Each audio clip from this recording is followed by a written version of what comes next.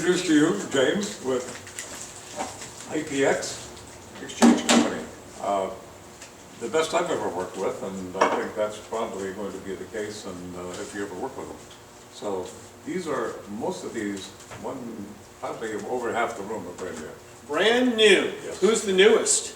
The newest, so let me see, I got back in the back there. Back in the back? And the very back is the newest. And then this one's fairly new. This one used to be old, but now he's new again. And then we got one, two over there, and one right here. So, Okay. For the back in the back guy, can you please tell me what a 1031 exchange is? Me?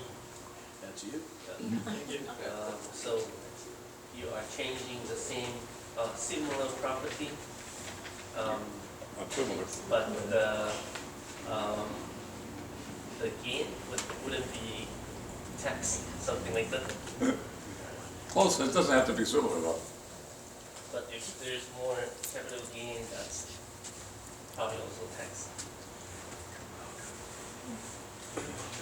So, Let's see if that thing is on. what I want, the reason why I asked the newest person, because I love to hear what new realtors who just took the test probably think a 1031 exchange is. And he said some things that were correct, but what I want everyone to understand when it comes to 1031 exchanges is simple is better. It's always better. You want to make sure that you do not confuse your clients when it comes to the 1031 exchange.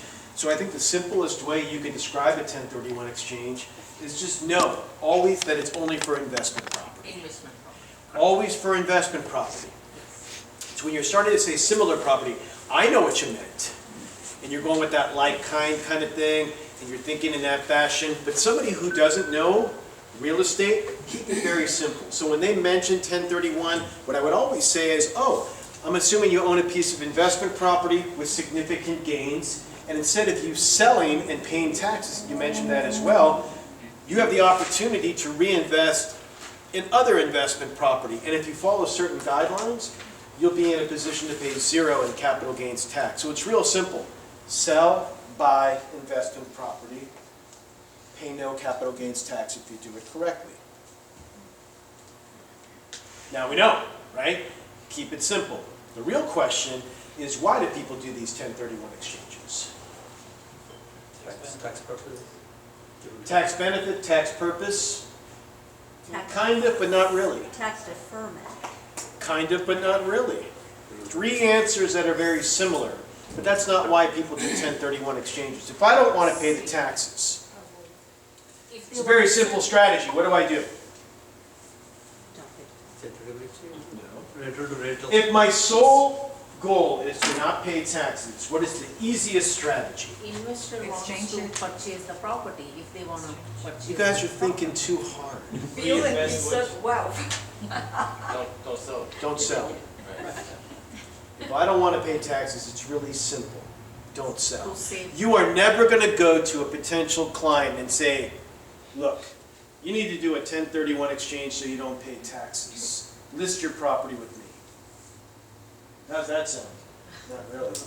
But here's my true life story that I'm going through right now. If you come up to me and say, James, so your tenant was supposed to vacate on the 28th of February. Did they vacate? No, they did not. You went there on the 1st. What happened? There was a big fight between husband and wife right in front of you where you had to call the police. By the way, did you get the remainder of the last month's rent? No, you did not. How did the house look inside? Could have been worse. Could have been worse. But when they moved in 2 years ago, how did it look? Awesome. Awesome, perfect. It's amazing what people can do in 2 years. Now it's what, March 5th? What's still in front of the house? Any guesses? Here's the landlord.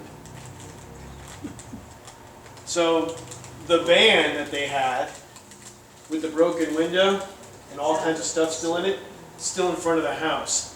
And the husband, who's not on the lease because they were separated, and his big commercial truck still in front of the house as well.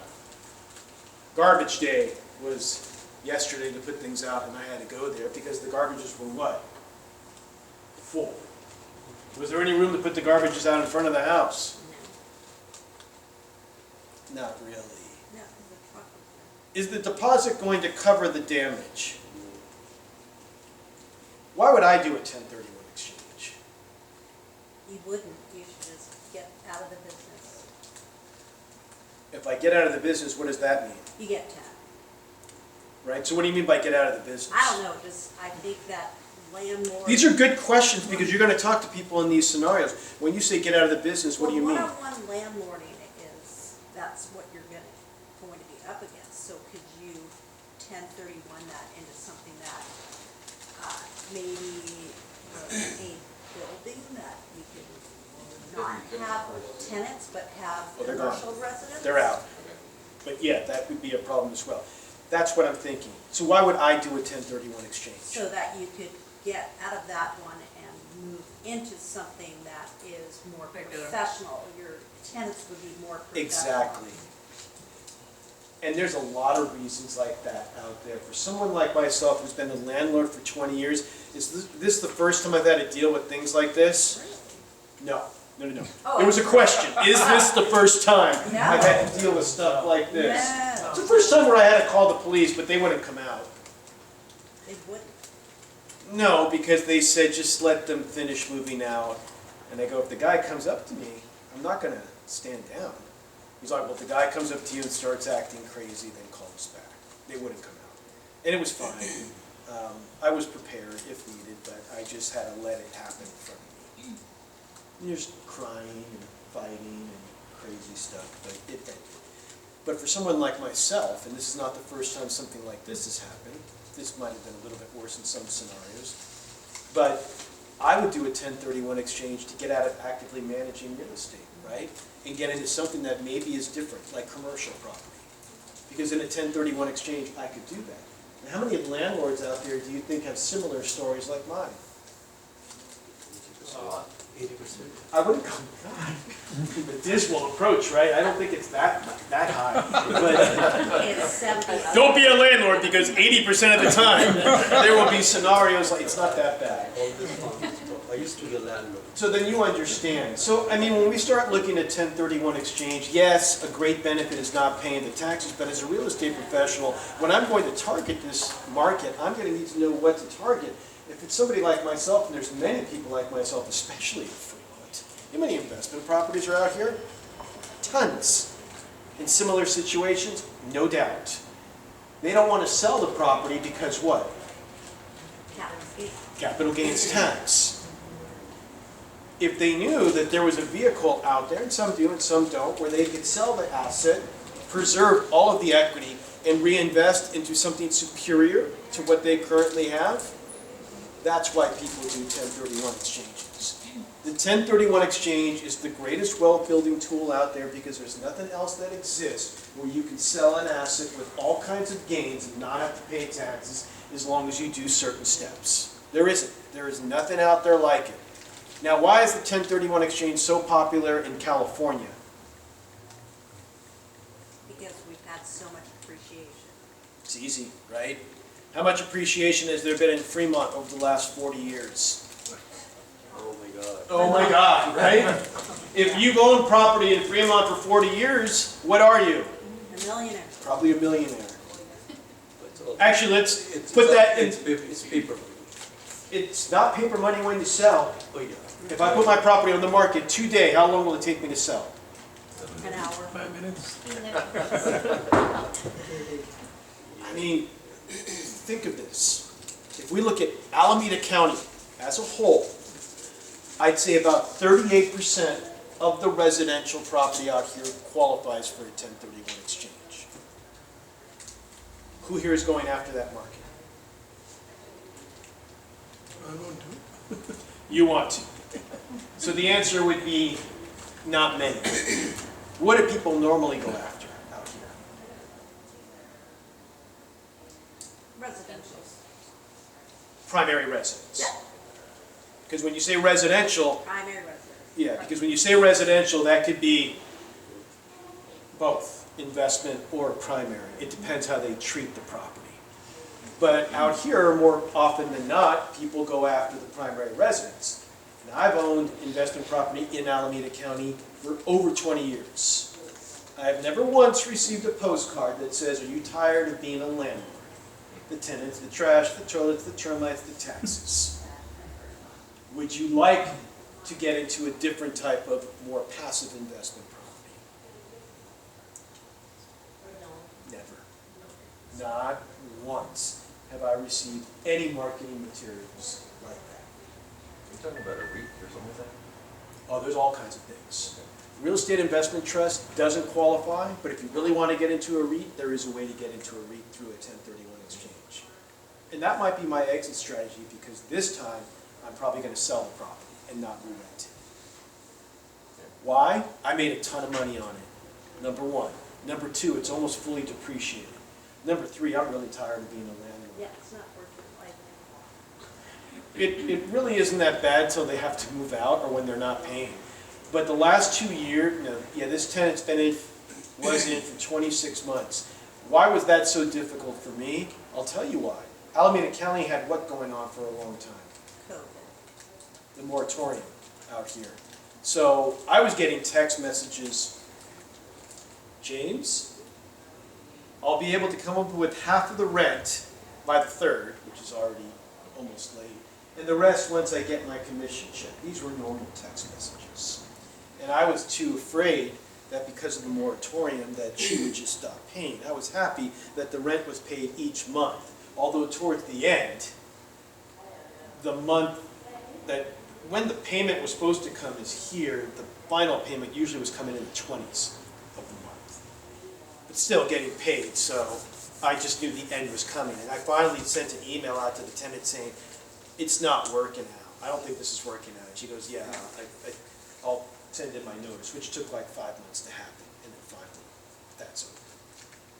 But the point I'm trying to illustrate, as a real estate professional, if I'm going after that 38%, I need to know how to go after it.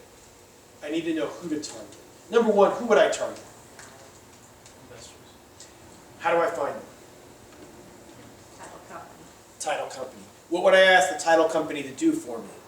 non-owner occupied. Non-owner occupied, that's one thing, obviously, right? That's the first thing. I want a list of non-owner occupied properties. What else would I ask for? Age. Well, not age, but something around length of time. How long you own How long you been? How long you've been, how long have you owned it, right? Because if you know they've owned it for a long time, what does that mean? Their 10-year straight line depreciation is used to. A couple of things, not 10 years. You can depreciate residential property for 27 and a half years. So Equity. when I look at a long period of time, I'm looking at the depreciation schedule. I'm looking at the appreciation in this property. And then also psychologically, what am I looking at? Oh, what they have to do to keep it up, like it needs a new roof, it needs. So you're looking at improvements. Talking all over you. You're looking at improvements, you're also looking at being a landlord for that long, kind of wears on you. And maybe it's time to spread that message. So I would go to a title company, whoever you guys use, and I would say, "I'd like a list of people who've owned property in the area for over 25 years. Why 25 years? Yeah, sounds good. Almost depreciated. The depreciation schedule is just about exhausted. Everybody here know how depreciation works? They don't straight line works out. So, 7.5. On a primary residence, how much of it can you depreciate? None. Zero. You have no write-off like that. Now, on investment property, you get to write off a certain number each year. And why would you want to do something like that? Because you have income coming in, right? You're going to pay income tax on the income. Depreciation will offset that. So for 27 and a half years on residential property, you will have a depreciation write-off on your Schedule E, which will offset some of the cash flow that you have. Now, here's the bad news about depreciation. You cannot depreciate appreciation, so your depreciation is based on what you originally bought the property for. If I bought the property 25 years ago in Fremont in 1998, 1999, what would the purchase price have been back then? 450. Let's call it 400,000. And you can only depreciate the value of the land, I mean the structure, not the land. So let's say it's a 75-25 split. You would divide 27 and a half into 300,000 and roughly depreciate $10,000 per year, which is a good write-off, but your income's going to exceed that. But after 27 and a half years, that write-off is gone. So why would I target somebody who's owned the property for over 25 years? No more depreciation, massive appreciation, probably tired of being a landlord. Oh, how long are loans typically? 30. How much equity do they build up if they were paying off this loan? Might be a free and clear property as well. So it's fully amortized, fully depreciated, tons of appreciation. They're perhaps tired of being a landlord, more than likely. Now it's the time to sell. And something else that you guys mentioned, if you've owned a property for a long period of time, what needs to be replaced? A roof. Everything probably. Plumbing. It really depends. If it's been the same tenant for a long period of time, you've never been in there. I mean, you may still have Formica kitchen there. Yeah. You may still have a roof that just has been patched up multiple times. You may have everything in there that needs to be updated, bathrooms, kitchens, flooring, all of that. So these are reasons why you would target. Yes? So after 27 and a half years, if somebody forget, that depreciation is gone? If you have depreciated it for that period of time, then there is no more depreciation. That write-off is over. And if a fellow decides after 30 years to sell his house, Yes. then what? He still get that depreciation on the tax? So when he sells the property and he buys a new property, if he buys up in value, he will get a new depreciation schedule on the difference. But this depreciation schedule that he had is exhausted. Does that make sense? So I have a house, 30 years, so 20, so I need to be on that 27 and a half years in order Is to it get an that? investment property? Is it a rental property? Yes, For the entire time frame, yeah. then you should have been depreciating the property. And now that schedule is probably over. And even if you don't claim depreciation, when you sell it, they make you pay depreciation recapture tax. So let's look at an example. Let's say we bought a property in the Mission Hills in 1980. What was the purchase price? $300,000. What's it worth today? $3 million. More than $2.5 million? We said 3. And somebody said 2, so I went right in the middle. Now, this is massive appreciation, I think we'd all agree. Now, if the seller were to cash out, how much would they pay in capital gains tax? 30%. What's that? 30. A lot is a good answer. So I would say with that kind of appreciation, if you're talking an over $2 million gain, you're going to be mid-30s. Somewhere mid-30s. Let's be kind and say a third. I think it'll be more than that because it's so much gain. So a third of just $2 million is how much? $1 million. Oh, no, not 6. No, it's not $1 million. No, 6. Yeah, if you go at that number, you're over $650,000 in taxes. That's a lot to lose, because that changes what you buy, right? If I'm coming in with all that cash, and I go into an asset that's paying me 5% cash on cash, and I come in with $2 million, how much am I earning annually? $100,000. These are the reasons why people do 1031 exchanges. Part of my job is to educate the real estate community on what it is. I think we've defined it, right? Investment for investment. Why we do it, I think we've defined that as well. And you're going to find people out there that say, I don't want any more investment property. All I want to do is buy my dream home. Can you do that in a 1031 exchange? That I wouldn't know. There is a way to do it. First, do 1031 exchange and rent it out for 2 years. Yeah, there's ways to make that work. So I'll have many people say, look, this is what I want to do. I want to sell my investment property, I want to do a 1031 exchange, I want to buy my primary residence, and I want to leave the state of California. Number one, can you do a 1031 exchange and leave California? Yes or no? Yes. Yeah, probably. Probably. This is a federal law, It's a federal thing, right? Yes, we Yeah. can, right? Yes. but I want to go buy in Tuscany because that's where I eventually want to live. Now, can I do that? I don't think Oh, Tuscany, where? so. Like, Italy. Italy. Italy. Is there another Tuscany somewhere that I'm familiar with? Arizona. Probably not. I'm sure there's a. I don't think There so. may be, but I do. Clearly, he knows more of Arizona than I do. You cannot buy international property in a 1031 exchange. Anyone care to guess why? Because there's no way to track the money. No, not the tracking. The taxes. No way to track. If I 1031 exchange out of the Bay Area and I go buy in a different country, who is not getting paid? Uncle Sam, Uncle Gavin. If they are not getting paid, it does not work. So that's why you have to stay within the United States. So you can buy anywhere in the United States and some U.S. territories as well. Not Puerto Rico, the others do qualify. So, with that house up in Mission, that's worth 3,000 or 4,000. Million. Million.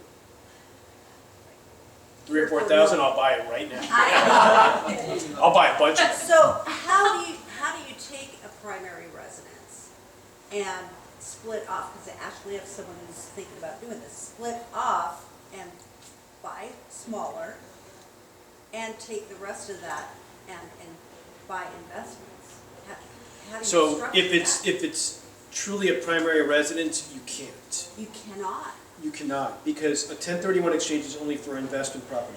Now here's what people do. Here's a couple of examples. Number one, our first example was the person that didn't want any more investment property, but wanted to leave the state of California, maybe go to a red state, right? So let's say they sold their investment property, did a 1031 exchange, and bought in Texas or Florida or somewhere else. And they rented it out initially, right? That's what we were talking about. 2 years. There's no black and white on the time frame, but the conservative approach would be 2 years, but some people are okay with 1. So 1 to 2 years we rent it out, then we move into the property. And we haven't paid any taxes. So we preserved our equity, we sold our investment property, bought our primary, rented it first, then moved into the property, then we sell our primary over here, and how much can we protect if we're married? Right now, Right now, $500,000. But if we bought the property for $300,000 and it's worth $3 million today, does $500,000 do that much for us? No. So here's the strategy, and I think this will answer your question as well. We sell the investment property, we do the 1031 exchange, we buy the primary residence that we're eventually going to move into in Austin, Texas. Let's just use that as an example. We rent it out for 1 to 2 years, then we move into the property, but we can't sell the property in the hills because the gain is too much, so we will rent it for 1 to 2 years. Then we will sell it.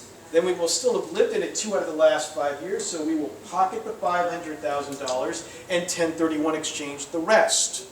Or you can split the overall total gain. You can combine both section codes, 1031 for the investment property and 121, that's the section code for 250, 500, if I've lived in it 2 out of the last 5 years. Then the client will say to me, I told you I didn't want any other investment property. And that's when we will explain to them, here's what you are going to do. We are going to put you into what they call a Delaware statutory trust. And this is a commercial, completely passive type of institutional asset that you can buy into. You will own a fractional interest in a huge $120 million property. Now you can choose from different product types. It could be industrial, it could be multifamily, it could be self-storage, it could be office, it could be retail. I would promote something that would be more conservative. So I would probably stick with either industrial, multifamily, or self-storage. And you will own a fractional interest in that asset. and it's completely passive. You'll have no responsibilities whatsoever, and you will make around 5 to 6% cash on cash. Now, a DST typically gets sold every 5 to 7 years, and when it's time to sell, you can do another 1031 exchange and go to another DST, or you can go back into traditional real estate. Or you may be that one person who's interested in the REIT. And there are certain DSTs that you can get into from the jump, where in 1 to 2 to 3 years, it will be absorbed by a REIT. And then there will no longer be a 1031 exchange, and you will be in this REIT.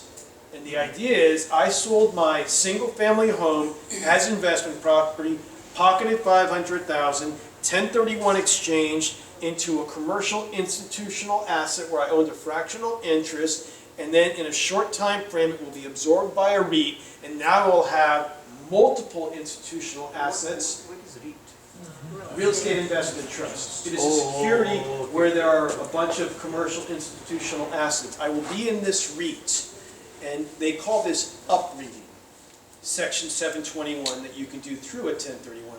So for the right client that no longer wants any responsibilities and doesn't want to keep doing DSTs and wants to get into a REIT, you can do that. Here's the benefit of the upread that I truly like.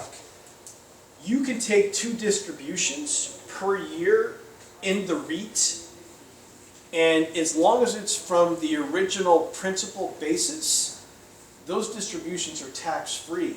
So not only are you going to be into a diversified institutional asset with multiple institutional properties, but you can also take some distributions outside of your dividends that you will be able to take tax-free. So for the person that I just described with the $3 million property out here that bought it in the 70s or 80s with massive gain, they could sell their investment property, buy the replacement property, rent it out for a year or two, move into the property, then rent the Fremont property out here with massive gains for 1 to 2 years, and then sell it within that 3-year time frame. The reason being, you still want the $500,000 tax-free money. You have to live in it 2 out of the last 5 years, so you rent it for 1 to 2 years, then sell it, pocket the $500, 1031 exchange the rest into the DST, and if you want, you can go into an upreit, or you can just keep it in the DST. That is for the person that does not want to manage any real estate whatsoever. And usually these are empty nesters, because empty nesters want to do what in life? Fly out of the nest. Enjoy life. Being an active landlord, some people really like that. Usually when you hit your 60s, you're probably done with that. Average age of somebody going into a DST is probably 67 years old. Now, I had one person complain about the DST, one of my clients, and I asked him, what didn't you like about it? He goes, I couldn't go to the property, I couldn't check on the tenants, I couldn't have any kind of active role in the property. And I was like, who told you to get into this? Because this is like the opposite of what you should be doing. So these are examples of what you can do in a 1031 exchange and why people do 1031 exchanges. Yes? So regarding primary residence, how can we define that?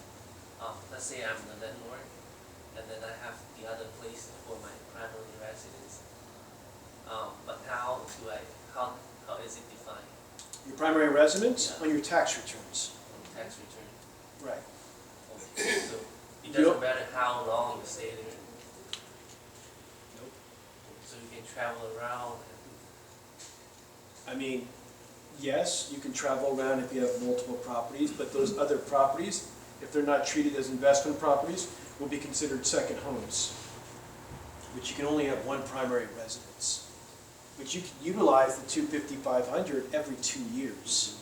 So there are ways to manipulate the code to your advantage. And I think out here we need to understand this because there's so much massive appreciation in the Bay Area. Every single one of your clients that owns investment property for a period of time is going to qualify for a 1031 exchange. Whether or not they need to do one or want to do one, that's up to them. Some people are just done, and they say they're going to pay the taxes. When they say they're going to pay the taxes, please have them have a conversation with me, because more often than not, they say, I'll pay the 15%. Here's how taxes work. You get taxed 4 different ways. the feds will tax you at either 15 or 20%. Long term, and it depends on how much money you make. It's the adjusted gross income for the year. State tax fluctuates as well, anywhere from 9.3 to 13.3%. That's two ways. Way number three is depreciation recapture. So the depreciation write-off that you have, let's say you fully depreciated that property that we mentioned in the beginning, $300,000 depreciated. We've claimed it. When you sell, you have to pay what they call depreciation recapture at a 25% clip. 25%, I have a question. yes, If you're making above certain amount of, if you have above certain amount of income, you cannot depreciate, you cannot get the benefit of depreciation. right. Your tax advisor will have to determine when you can or can't take certain numbers get exceeded, and you can no longer claim depreciation, and you'll have losses carried forward and all kinds of different things. That's why what I think everybody should have here, always in their smartphones, you should put it in now, 1031 James, and put my information. That one's super. Nobody else. But you should always have a CPA or two that you refer out. And make sure the CPA that you refer out specializes in real estate, because that's what you guys specialize in. You should also have a real estate attorney. You could always ask Chuck. Not the questions, Not the questions, thank you. but what attorney do we reach out to? What CPA do we reach out to? You guys have so many people in your smartphones, right? A floor guy, a painter, a roofer, an appraiser, a plumber, all these different things, an electrician, because you're real estate people, but you also need the other protections as well, because what you do encompasses all of this. Okay. So depreciation recapture is at 25%. So if we had taken $300,000 of depreciation, 25% of that would have to be paid back. So that's 3, right? Depreciation recapture, federal tax, state tax, and then Obamacare. Obamacare is still in effect. It's been in effect since 2012. And the way it works is on your gains, you're going to pay an additional 3.8%. Once you hit certain thresholds. For a single person, that's $200,000. If you make that in a year, and this is adjusted, so this means everything, including the gains you have when you sell this property, they're going to start tacking on 3.8%. For a married couple, one would think it would be $400,000. It's actually $250,000. So when people say they're going to cash out, best case scenario is probably 30% you're going to pay. Worst case scenario, if they're extremely wealthy, and we have a lot of wealthy people out here, they're closer to 40%. That is a lot that they would pay in capital gains tax. Once they hear that, they start saying, what can I do? We don't want a what can I do once they're in contract. The game plan from the start should be, are you looking to do a 1031 exchange once they call you and have that conversation and you know it's investment property. And when they say, what's that? You can let them know the 1031 exchange is the code that's going to allow you to sell this investment property and buy other investment property. And if you follow these guidelines, you're going to pay absolutely zero in capital gains tax. Otherwise, you're going to lose probably 30 to 40% of the gains that you have on this asset. And that's huge. Huge, huge, huge. Yes? What about inheritance properties? So, the motto for 1031 exchange is buy till you die. Or swap till you drop. Because in real estate, the step up in basis occurs upon death. So if I were to have bought a property for $100,000 many years ago, and today it's worth $1 million, that's a large gain, right? I'd have to pay probably $300,000 plus in capital gains tax. If I were to pass away, this 100 gets stepped up to current value, and the beneficiary would be able to sell it and not have to realize any capital gains tax. And I think this one's really important, that whenever anybody, I mean, what you're going to learn today is you're going to go after that 38% of investment property and do it the right way. And then you're going to go after dead people. Now, I have marketing materials on the 1031 side. I don't have anything on the dead people side. But what I think you need to understand is that step up in basis occurs. That's number one, why they should sell the asset. I don't know if that's really number one. If there's multiple children inheriting that property, that might be number one, because it's usually a problem, and you want to get rid of that property. But I think the secondary thing after step up in basis is Prop 19. Does everybody know how Prop 19 works? So if I bought the property many years ago for $100,000, what's my property taxes on this? $200 a year. Not much, right? Not 200, maybe 2,000 at this point. Yeah. No, if it's $100,000, it's $120 per year. No, $1,200 per year. 1.5%. 1.5%. So 1,000. Yeah, right, right. About right. So when you pass away, the beneficiaries, the property becomes reassessed. That's proposition. That's Prop 19. So if it was 100 and I was paying 1,000 to 2,000 on this per year in property taxes, when my beneficiary comes in, what is my daughter going to have to pay? Current, which will bring it up to $10,000 to $12,000, But I right? thought on Prop 19 that first child inherits that taxes. No, That doesn't No. happen anymore? no. The only way you can retain the property tax base is if the what property you're moving into is a primary residence. So the person, it was their they died and it was their primary residence. The child will have to move into that it. property Yeah, so they can. to keep retain it. Oh, But we weren't talking about a primary residence. What we were talking about? Investment properties. Okay. Remember, this is a 1031 class. Oh, God, right, I gotta go. Sorry, guys. So for those properties, what happens? Now your property tax. Right. And on the primary residence, I'm going to have to disagree with you. I'd say the majority of time, those are going to be reassessed. Now, my parents have property in San Francisco. If they pass away, what is the likelihood of me moving to that property? Zero. Happens out in Zero. the neighborhood a lot. I am born and raised San Francisco, and I lived there for a long time. I live in Walnut Creek now. Do I want to go back to San Francisco? not at all. Why not? You already have your life here. Yeah. And I'm what? 50? Yeah. So what is that? I'm over 50 actually, but thank you. You could have said 40 or 35. He's totally fired, Chuck. What is he, 170? 200.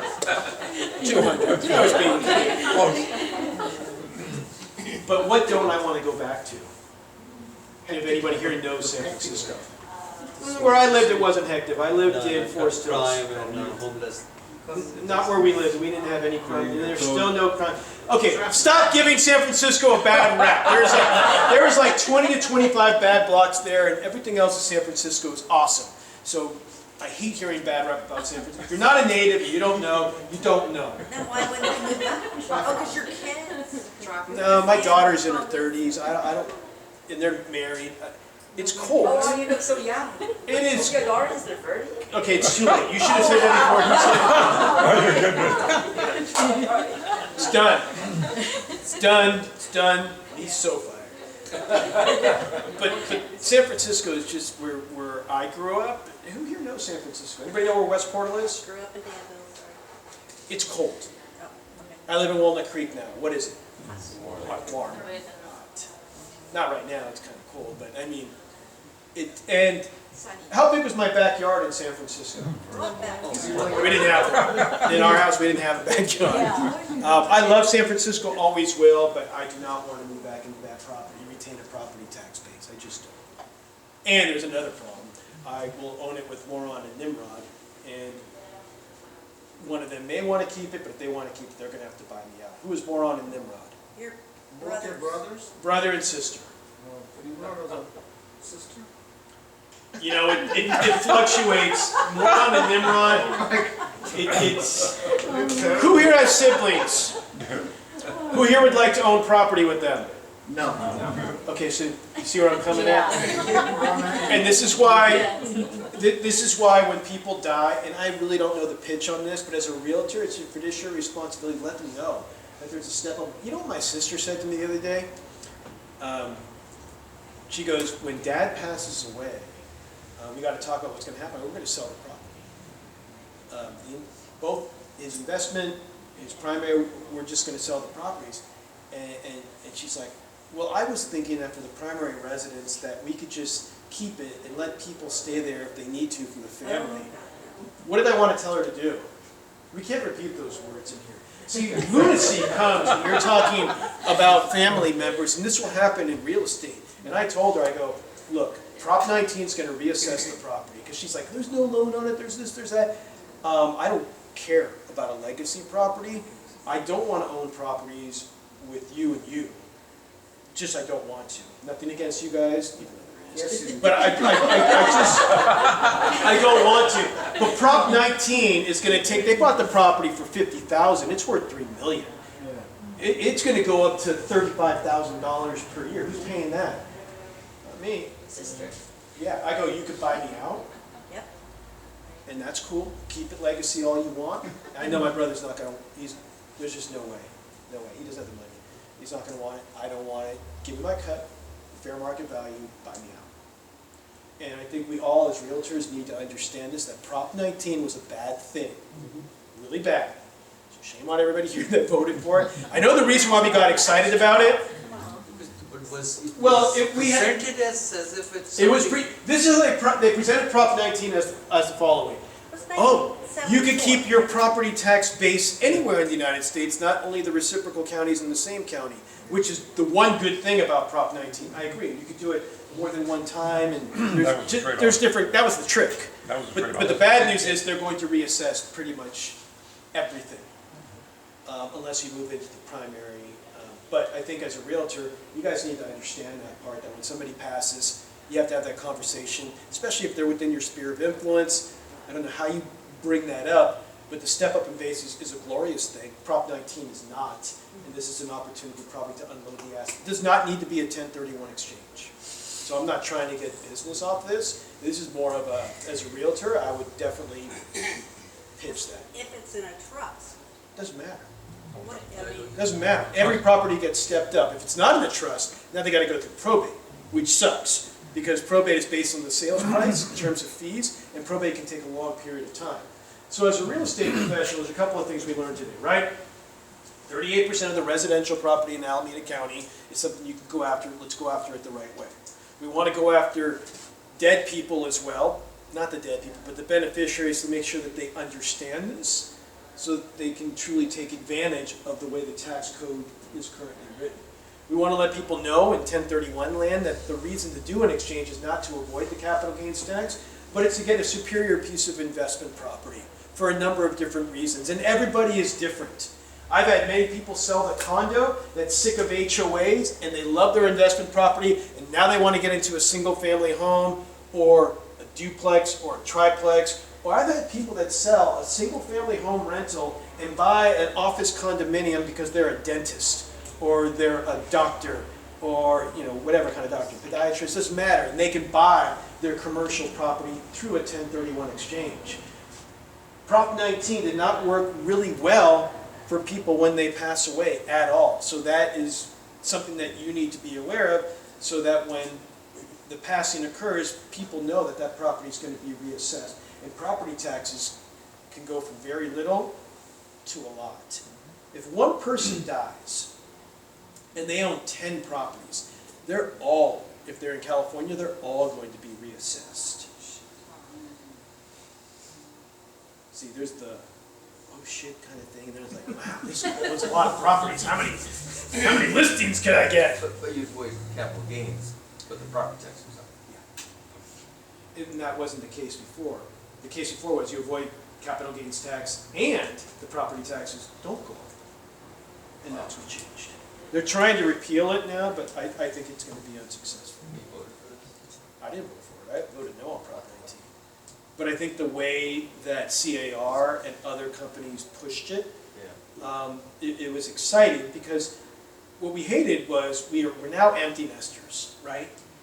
And we owned a property in Montclair, and it was huge. And now we wanted to go live in Rossmore, and we couldn't transfer our property tax base over because it wasn't a reciprocal county, right? Contra Costa was removed in 2007. Alameda could do it for Alameda and Alameda, but when you cross into a different county, most of them, it's going to be reassessed. And that was the problem. Any questions on any of that? We really haven't even touched 1031s that much. Let's go through an example of the 1031 exchange. Yes? A lot of customers my age are selling their house in the Bay Area. You're in your 40s, right? Yes. But they sell their house here and they have a lot of equity. And they move to wherever, Arizona, Vegas, wherever it is. Yeah. And they don't want to get taxed on their home here. So they go to, let's say, Arizona. How much is their gain, first off? Let's just say it's 2 million. Then they've got a problem unless they convert this to an investment property. That's where I'm going. Okay. So they move. Yeah. You don't sell the house. Yeah. And you put a renter in there. Yes. How long does it take that property It to be depends. investment property? It depends on the tax advisor. There's no black and white. 1 or 2 years. If you're going to wait 2 years, I wouldn't even ask the tax advisor. If you're going to try to do it after 1 year, just make sure that they're cool with it. But you can't cross 3 years. You cannot. You lose 500,000. You lose the 500,000, and that's the most important part. So it could be the day after 2 years is over, we're listing it. Okay. I have somebody that's closing on a transaction April 1st, and they moved out April 30th in 2021. I'm like, you better make sure that buyer's legit. Yeah. Because you need to close on it. You can't go outside of the 3 years, or else you're giving away 500,000. You don't want to do a 1031 exchange on all of it if you don't have to. The fact that I can pocket 500,000 and do whatever I want with it is awesome. Yeah. Okay. And then reinvest the other 1.5 million. Okay. In some, That's good to know. Yeah. it is a great strategy that many realtors are not aware of, because you're going to have the empty nester that says, "Look, dude, I don't want to sell the property. I can only protect 500,000, and I've got a $2 million gain, and it's not for me; it's for the children, because they're not going to probably go through that money. Maybe Chuck with his gambling problems, but they're not going to. But you got to sell them to Within the 2 years, you lose about 3 years. Before 3 years is up from when you moved out, you have to sell it. To get the So you 500. still lived in it 2 out of the last 5 years. Right.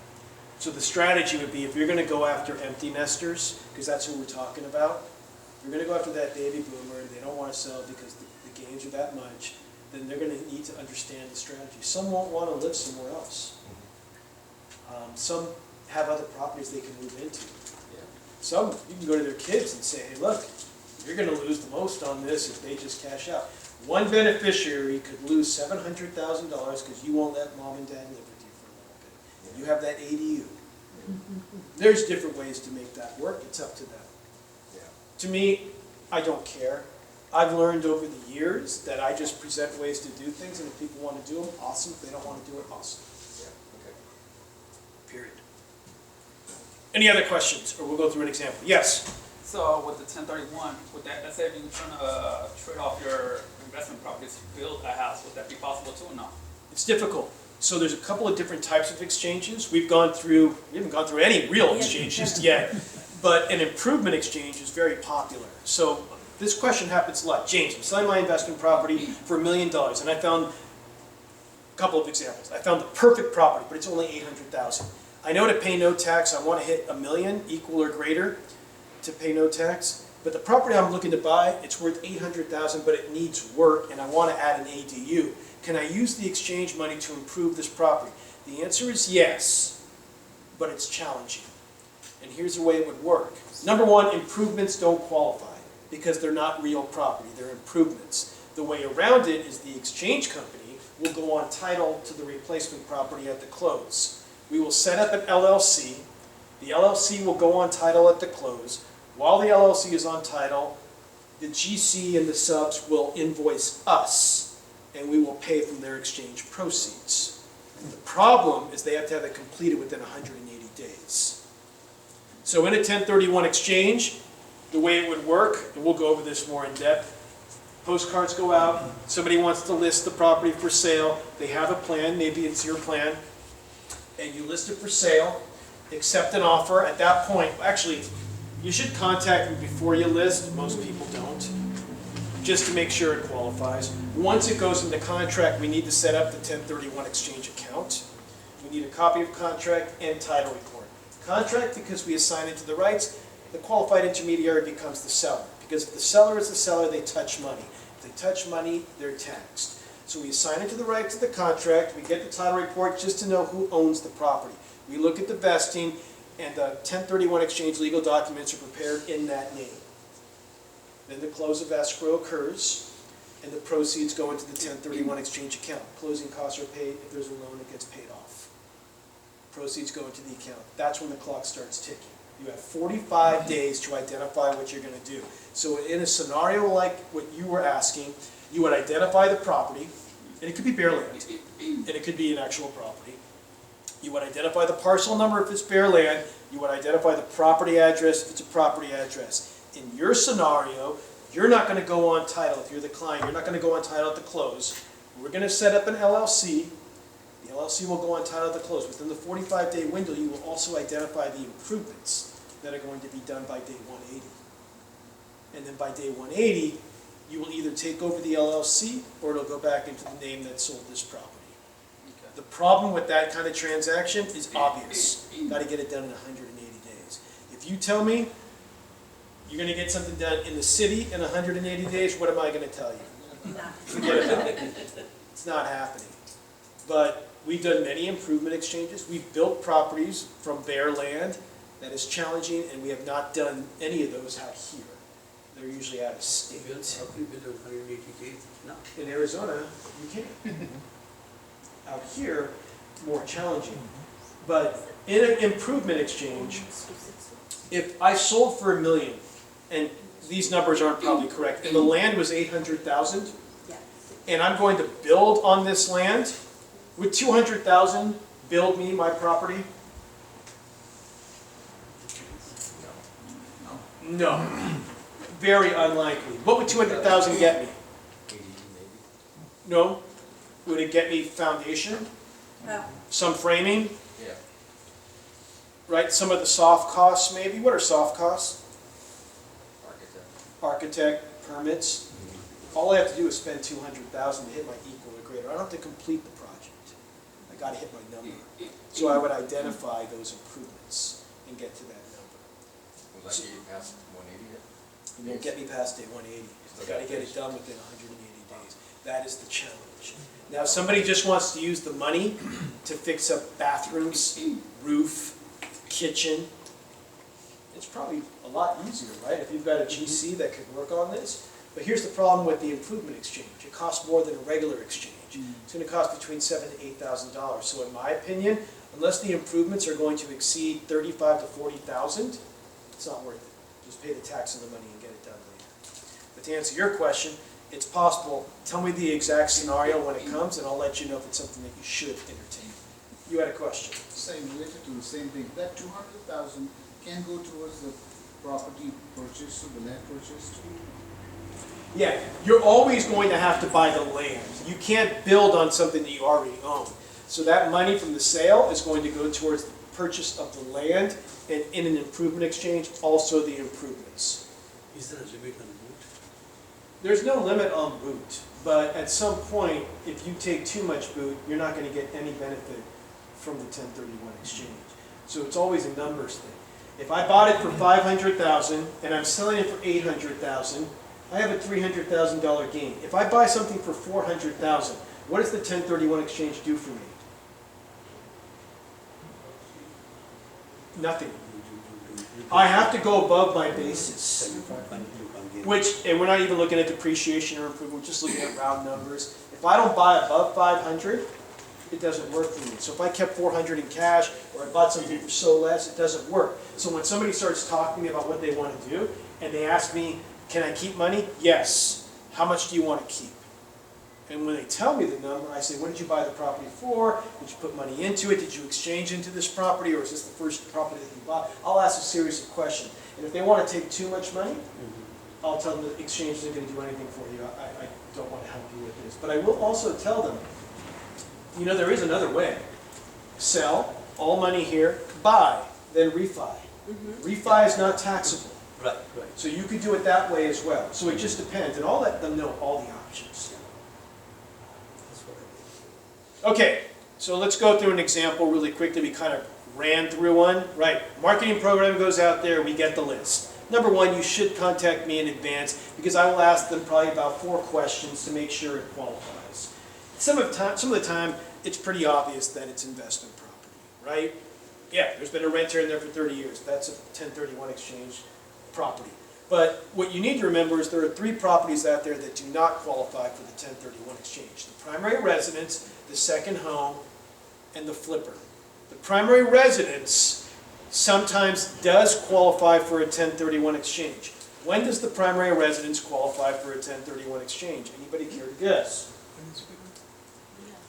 What's that?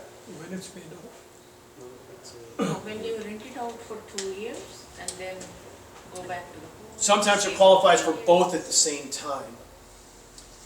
Partial rent. So there's a number of different ways. If there's an ADU on the property, the ADU qualifies. If they're living in the main residence does not. If they are renting out rooms, there's a percentage that qualifies. You are realtors. If you have a home office that you claim on your tax returns, that's 1031able. It doesn't qualify under the primary residence exclusion. There are many people that live in a duplex, rent out one unit, live in the other. There are many mixed-use properties, store downstairs, live upstairs. These are all scenarios where you take advantage of both. How many farmers qualify for a 1031 exchange? All of them. How many of the farmers live on the property? Not all of them, because a lot of them have multiple farms, so some. A good number, right? Mixed use. How many vineyards qualify for a 1031 exchange? Unless it's like your backyard vineyard where you don't sell anything, all of them, same thing, mixed use. So the primary residence, if it's solely a primary, does not qualify, but a mixed use property, you could do both. Second homes just don't qualify for 1031 exchange. They don't qualify for anything but taxes. But there is an easy way to convert a second home to investment property. All you have to do is rent it out 14 days out of the year and not use it for personal use more than 14 days out of the year. You hit that criteria for 2 years, magically it qualifies for a 1031 exchange. 14 days, you're going to rent everyone? Short-term. Short-term rental agreements, Airbnb it, VRBO. You want to rent it out a minimum of 14 days per year, and not use it for personal use more than 14 days per year for 2 years, and it qualifies for a 1031 The exchange. whole thing? Yeah. So you can just do an Airbnb? You could. Or you could do the 10% rule. If I rented it out 200 days out of the year, I could use it 20 days for personal use. What you don't want to do is cross the 14 days of personal use, unless you're working on the property, doesn't count as one of the days. People ask me this all the time. How do they know I've been in the property more than 14 days out of the year? Well, they don't until they auto. Utilities aren't going to make a difference because I'm still going to be paying them every month. The way that they... Let me ask you something. And I own Tahoe property. What is my PG&E bill? It's not PG&E up there. I forgot the stupid thing. What is my bill in August? Yes. $30. 80, 60, 70, right? What is it this month? 600. 350. How many times have I gone up there? Really? I mean, like once. You renting it? No. No, because you got to keep it at You a have certain to keep temperature so it doesn't heaters freeze. on, pipes don't freeze. So if I go up there no days in the month of February or March or December, November is kind of shoddy too, you're still going to be over 300 plus. So the utilities aren't really going to tell the story. Now if I was there every day, it'd probably be like 600, 700, 800. Right. Because that 55 degrees I keep it at, that's not going to cut it. There's just no way. I would be like, just put a sweatshirt on. That's what we did in San Francisco. My dad said there's nothing. I think we never turned the heater on, ever. Really? Now it's on everybody. The nest knows. Once it hits a certain number, pop, it comes on. But the way I grew up, it was like, yeah, the heater is a sweatshirt or a blanket. But isn't it kind of, they're not gonna know, but if you get caught, it's gonna be very expensive. Here's how they're gonna know. What do you always have with you? Cell phone. When you go and your cell phone is on, it tracks where you are. How much cash do you have in your wallet right now? Nothing. So how do you pay for things? Credit card. That's how they're gonna know. So, but how are they able to have access to that information? That's funny. I'm not even gonna answer that question. Are you on Facebook? No, Instagram? no. Nothing? No, I am. Okay. Any? I mean, but, okay, let's. You know when you what- go what on, about although 30 you can't years this ago? morning, right? 30 years ago, when we didn't have that, you could have Easy. done that and not gotten. Unless the neighbors ratted you out. And it's a 10% finder's fee. And it's anonymous on what you would owe. There's an interesting story behind that. So I was at a event, and we had a booth, and this guy comes up to me and he's all, James, you effed me. And I'm like, thank you very much. He's like, no, dude, you told me that you could not buy a primary residence as a replacement property in a 1031 exchange. I go, well, you can buy it as investment or convert it, or if it's mixed use, you go, no, no, no, no. This guy wanted to buy a primary residence in a 1031 exchange, day one, move into it. I go, no, you can't do that. That's what I told him, and I told him as a realtor I can't represent him. And James, you also told me the IRS pays a 10% finder's fee.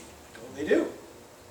And he goes, well, the guy bought a $1.7 million primary residence with a different realtor, and I called the IRS. And I told them what happened. And the IRS asked me a question. What was the sales price of that property? And he said, $1.7 million. And the IRS said, too small. Could they put too small for them to run after? It was 87,000. So he was joking with me, but he said, like, it's amazing. And I go, here's something even more amazing. That if you probably called them back 20 minutes later, they would have answered it differently. If you call the IRS, don't ever call them on a 1031 question and ask them a question. You'll get an answer one time. You call them back the next day, an hour later, probably a different answer. Yes. Why? I don't know. Because they don't know what they're They doing don't over there. Because the 25-year-old that answered, that read a 3-page manual on 1031s, doesn't know what he's doing. Or she. So, I have a question that may or may not have anything to do with this. But if you have a corporation, and maybe I should ask you afterwards on this, but if you have a corporation that's coming in and Joseph is selling them a home, and Joseph asked me, can I do a loan for a corporation? Well, I can't. So what they suggested was to take it out of the name of the corporation, put it in the name of, but that, I thought that would break that. I thought that would If it's an break- S corp or a C corp and you take it out of the corp, You're gonna you're gonna get taxed. Right, You that's- can't do it. S corps and C corp for 1031 exchange purposes are horrible. Gotta be cash. It's just a mess. And if Chuck and I were in a corporation, we couldn't just say, okay, we're gonna sell it down the road, we'll go our separate ways, let's dissolve the corp. The moment we dissolve it, taxable. The only way one can move forward is if he bought me out or I bought him out to move forward as the corp. So corp in 1031 land, very difficult when you have to do things. LLCs, LPs, different. Right. 'Cause what we The good news is the majority of people in this class aren't going to deal with S and C corps. That's more commercial property. Okay, well, that was good advice that I gave I have a them. quick question. Let's say home office is 10% And 10% will qualify for the trade, and then 90% will be protected by the 250-500. All right, let's do a quick example, then we'll wrap this up with reverse exchanges. Number one, we sent out the marketing materials, we have somebody in our sphere of influence, somebody calls us up, whatever it is they want to do a 1031 exchange. should get me on the horn or put an email together just to make sure they do qualify. Hopefully you do, most people don't, I understand this. Get the property on the market, accept an offer like I mentioned earlier, then open up escrow, then call me up and say, James, what do you need? I need a copy of the contract, I need a copy of the title report. We will set up a 1031 exchange account, we can do everything via DocuSign. If they want to do that, we need cell phone and email address. Has to be set up prior to the close of escrow or there is no 1031 exchange. At the close of escrow, the closing costs will be paid, any loans attached to the property, got to be attached to the property, will be paid off, and the remainder of the proceeds will go in the 1031 exchange account. Let's say we sold it for $1 million, let's say closing costs were 50 grand, let's say there was a $300,000 loan, $650,000 goes into the 1031 exchange account. Target price, bare minimum, not $1 million, it's actually $950. You can take out the closing cost. Got to use all $650 towards the replacement property. If you want to keep some, that's cool, but you'll pay tax on it. Don't think that you could buy something for $1 million and put 50% down and keep $150. That would be taxable. Use all of the cash, replace all the debt. You can replace all the debt with either new loan or cash. Either way works. You just can't replace cash with debt, meaning I'm going to keep some and get a larger loan. Don't do that. Refinance it later to take that money out. That's not taxable. It might work to your advantage right now with the higher interest rates because you're probably going to refinance down the road anyway when rates go down. Now, in the 45-day window, you have to identify to us in writing potential replacement property. Number one, it has to be like kind. So really quickly, if I sell a single-family residence out here in Fremont that's a rental, we all know this qualifies, correct? What can I buy as replacement property? Residential property? What about this office building? You could buy residential, commercial, different. Here's one thing to remember. What type of commercial property qualifies for a 1031 exchange? All of them. What commercial property is an investment property? Actually, I have to change that answer. In San Francisco, they converted a commercial property illegally to their primary residence. I've never really seen that before. But the answer, all commercial property qualifies. Because all commercial property is A, real property, B, investment property. So when I sell the single family home, I could buy this office building if I wanted to in a 1031 exchange. I could buy a farm, I could buy a vineyard, I could buy all kinds of residential property, I could buy it in California, I could buy it outside of California, I can only go to Guam or the U.S. Virgin Islands or America Samoa or North Mariana Islands. Puerto Rico does not qualify. Why? Puerto Rico? It does not. They have provisions within the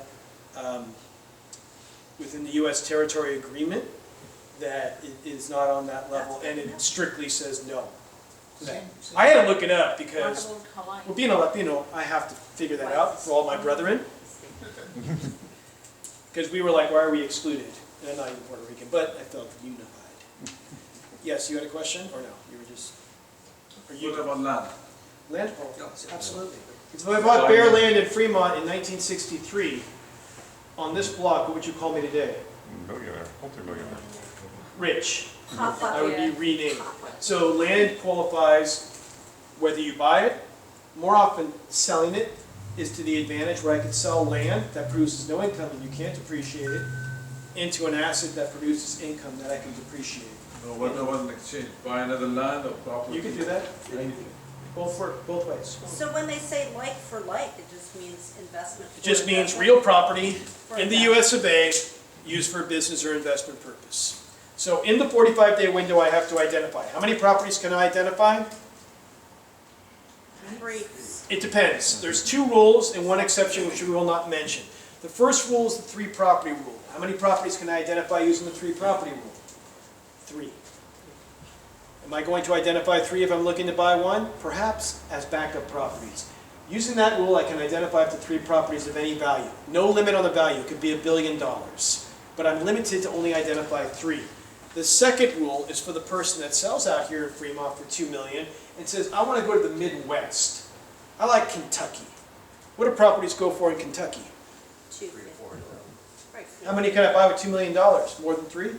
Yeah. I'll use the 200% rule. 200% rule is as follows. Sold for $2 million. What's 200% of $2 million? $4 million. I can identify $4 million worth of real estate. So to me, I'm gonna talk to somebody and say, what's your plan? I wanna buy this one property. Well, it's gonna be a 3 property. Or if it's a person that says, I'm gonna go throughout the country and find out some good residential properties in thriving areas so I can get appreciation and good cash flow. 200%. It'll just be a conversation.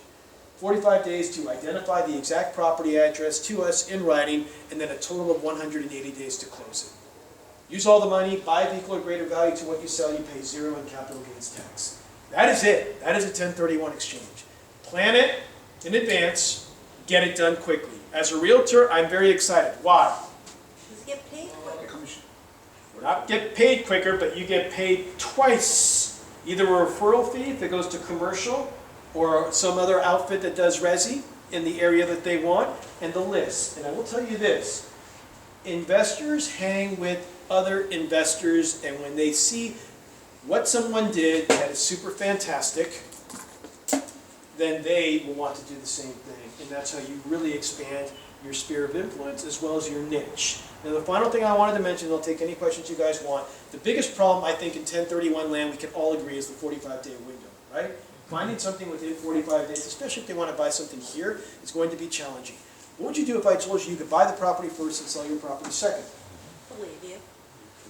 Yeah, you believe anything I'd say right now because I say it with conviction. Chuck has trained me well. I am what they call a Padawan to him.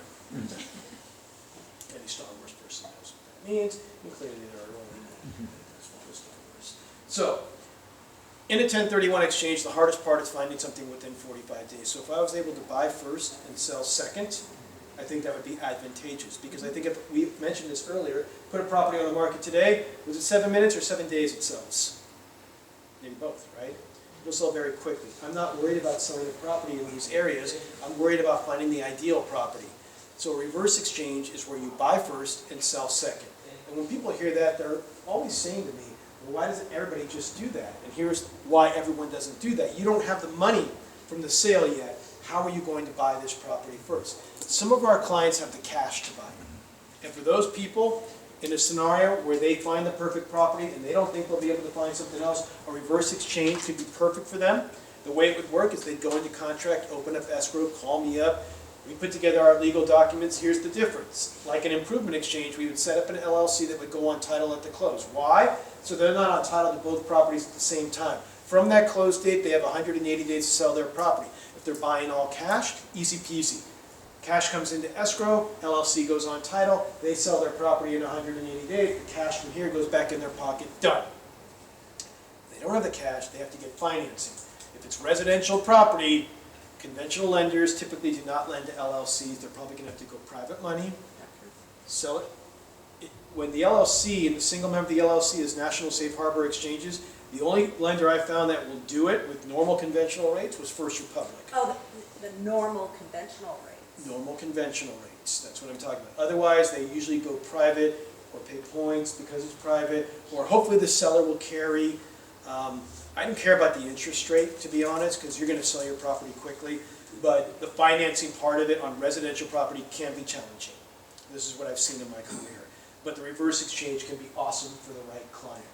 So it is allowed. It is allowed. It is allowed.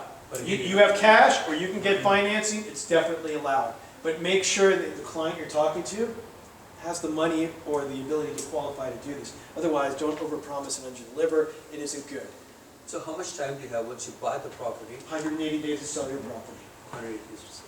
Same time frame? Same as, okay. And that's the reverse exchange. Everybody here got my brochure, right? Yep. Put me in your phone as 1031 James. If you like the seminar today, please give me a positive Google review. I need them. I'm told to get them. I'm older, as you mentioned, and my social media presence is not that good, so they keep on telling me to do this. But you had a question this one. No, just, can they get a bridge loan? Yeah, yeah.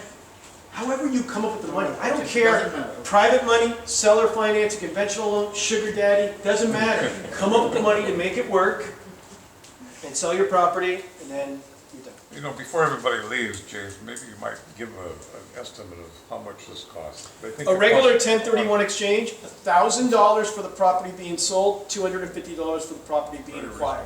Each additional property is $250. The reverse and improvement exchange is going to probably be between $7,000 to $8,000 for most residential properties unless it's high value. Commercial is going to be based on sales price and will probably need a clean phase one. But I don't know if anybody here does those type of properties. So the reverse is $7,000 to $8,000? Yes, For reverse, yeah. reverse and improvement exchange. We go on title to those. It's well worth it if you have a cash buyer. Yeah. We do a lot of reverse exchanges. So, yeah, because the regular is like $1,000. In the industry, we're probably right in the middle. All the fees are very similar. There will be some exchange companies that will charge a lot less. Be skeptical of exchange companies. It's an unregulated industry. This is not a pitch. This is just reality. It's an unregulated industry, and I'm proud to brag about ours. We're the largest qualified intermediary in the business because we're owned by Fidelity National Financial. So anywhere you see a Chicago title, a Fidelity title, a lawyer's title, an Alamo title, a Ticor title, a Commonwealth title, they're all owned by Fidelity National Financial. The important part about that is they provide a third-party guarantee of performance of $50 million per file. We have a $100 million Fidelity bond, $30 million of air and emission insurance. They're all current. They're all on the website. If you really want to look into qualified intermediaries, do a Google search on American Greed, qualified intermediary, and watch the episode of the guy that took the people's money. Very true, not made up. I know the guy. What's the name again? American Greed. It's a television program that exploits. Many years ago, by the way, James, I had an exchange company that took my client's money. It was probably Southwest Exchange. Out of San Jose. Yeah, there was He was in drugs. 10 defalcations where they ran off with the money, and they're all smaller companies for the most part. Yeah, in those days, there weren't too many of them around. Yeah. So just, it's not worth it. I mean, if they're gonna nickel and dime you for $200, our fee is never, and some people have said, I don't know if I wanna do this. What's your fee? Oh, well, why wouldn't I try? Because it's really, it's tax deductible number one, and it's really not that. $1,000 to give you a shot of buying another piece of investment property and not realizing capital gains tax. So here's the question, so you hold the money, correct? Yes. And I'm assuming with low fees that you're keeping the interest on the We share, funds? the interest goes to the client. Oh, okay. You share it, or you get It goes to the client. Oh, cool. It goes to the client. Now, the interest rates are low because they're specially designed accounts. Fremont Bank tried to have a relationship with us, but they didn't want to go through what it takes to be a qualified intermediary holder of funds. Here's the problem with it. This is why the banks don't want our money. How long do they hold our money? Up to 180 days. How long? Oh, here's a different question. We'll go East Coast versus West Coast. What's the average number of days we hold money in Northern California? Because we've done these numbers. Anybody care to guess? 45. 30, 45, anyone else? 150. 41 days. Okay. East Coast, how long? 2 days? 92 days. Wow. Significantly longer. But we annihilate every state in terms of numbers and balances.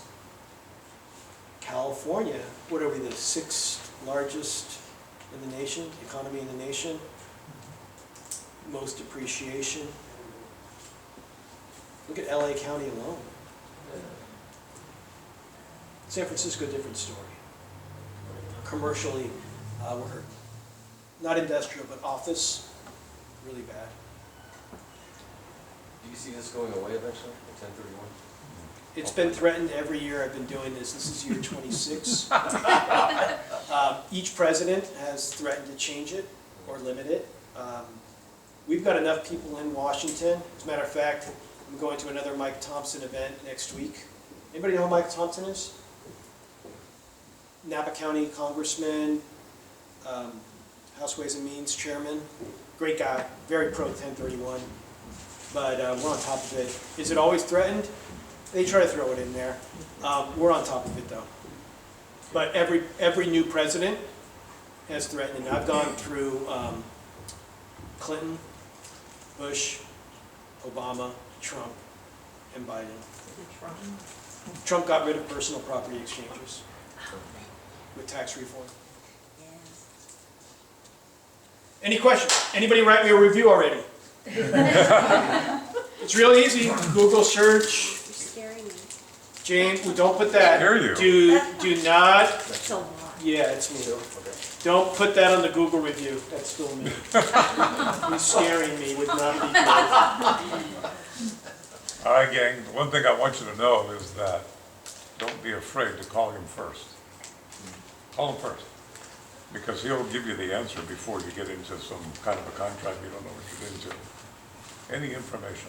And if you want my newsletter, please give me your business I card. used him a couple of years ago on the house I just exchanged for my, actually what I did is, I did a 1031 exchange, bought a house, had my son rent the house, went to my attorney, had my trust changed to him being the beneficiary, so then when we go, Step up. it's step up for him. So I keep telling you guys, make sure you tell your client, living trust is very important, Oh, my gosh. very important. You can't tell them what to do, but you can definitely tell them you have to take title the correct way and discuss with your tax advisor. And I'd say, sadly, 30% of our clients just have it in their individual names, and there's no vehicle for liability protection or estate planning purposes. It doesn't cost that much to set up a trust. Well, my attorney wasn't cheap. I went the wrong person, $2,500. That's not too bad. No, I guess not. It's not. It's not. And that's to redo it, I already had it. Right. Well, it was probably outdated, and Yeah. because they can't just amend it nowadays because things change so much. That's the bad news. But it's a lot cheaper than probate It is. and the mess that you can go through with fighting siblings. Fighting siblings. Oh, I see it all the time. All the time. So, Yes. we had a piece of property, Brentwood, so we sold it just recently. The gain is about almost a couple million.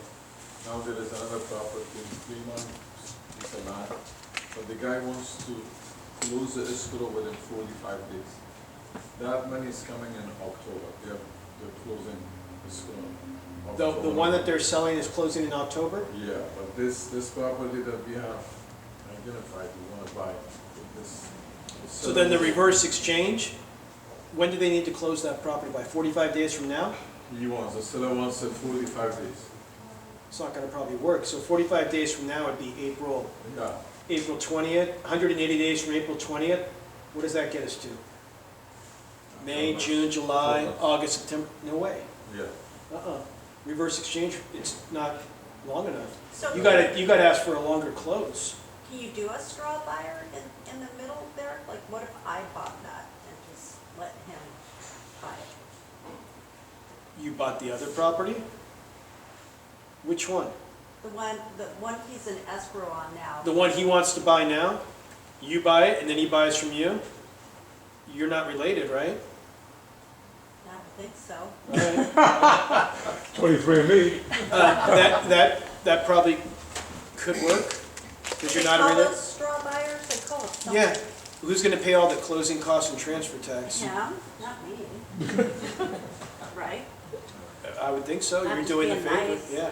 And you're just doing this out of the kindness of your heart? Yeah, because I am so. It's difficult to find somebody that would do something like that. So the seller has to wait. 180 days in a reverse exchange, you need to sell and close the relinquished property. So right now, your time frame doesn't work. No. You need to ask for a longer escrow. Or you need to sell the other one before October. No, That's the that set. is done, deal is already done. Then, and you don't even know if that's gonna be delayed, so Yeah, there, I would not do that. Not as part of a reverse exchange.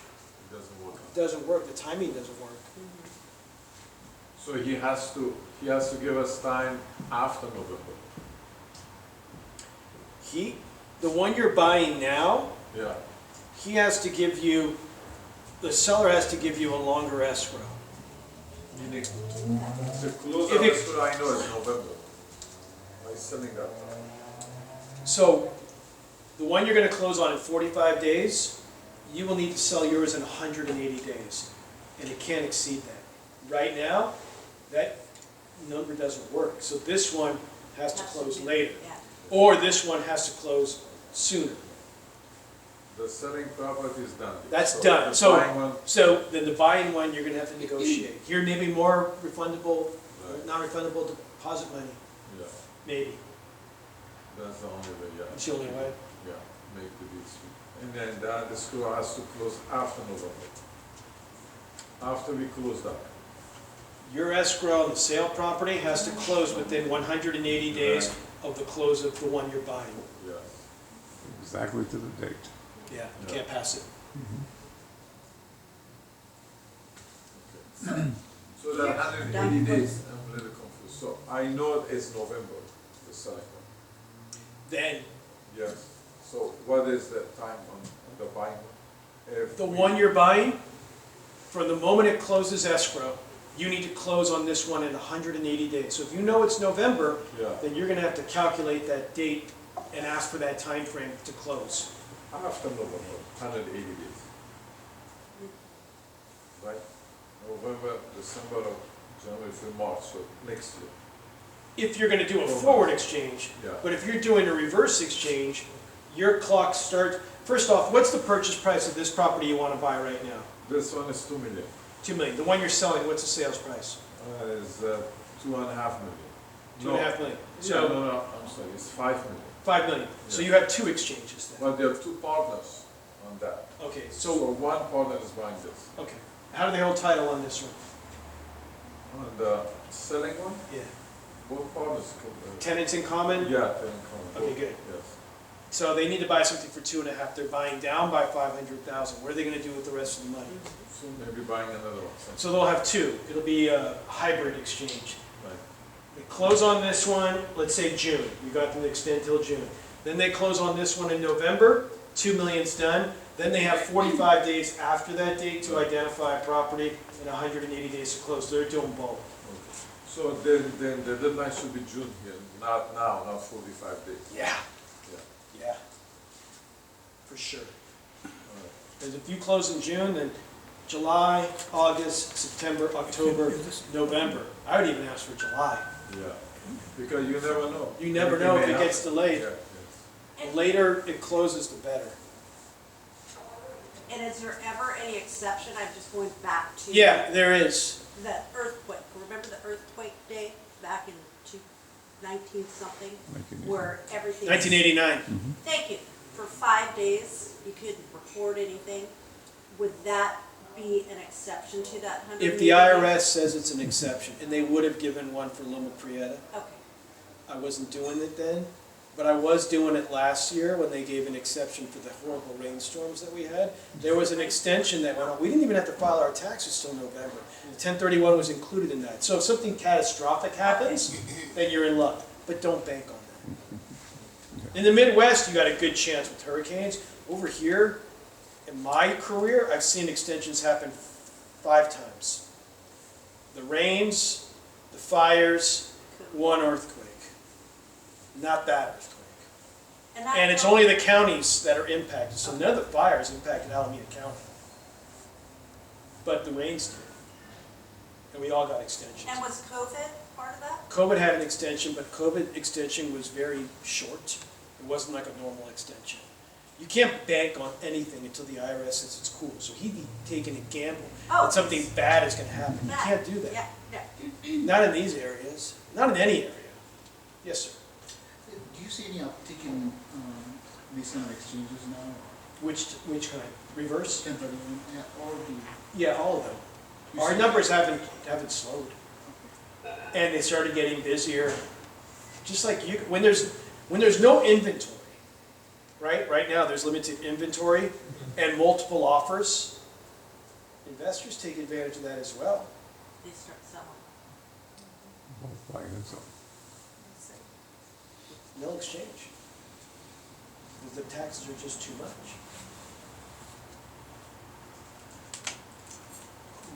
Unless you pull out 500,000. In those scenarios, in certain scenarios. Yeah, just. Okay, see? Take a picture of that, Yeah, I like. of the shaky, then put the positive Google review and not only the caption. Don't put the 50+ part there, but everything else.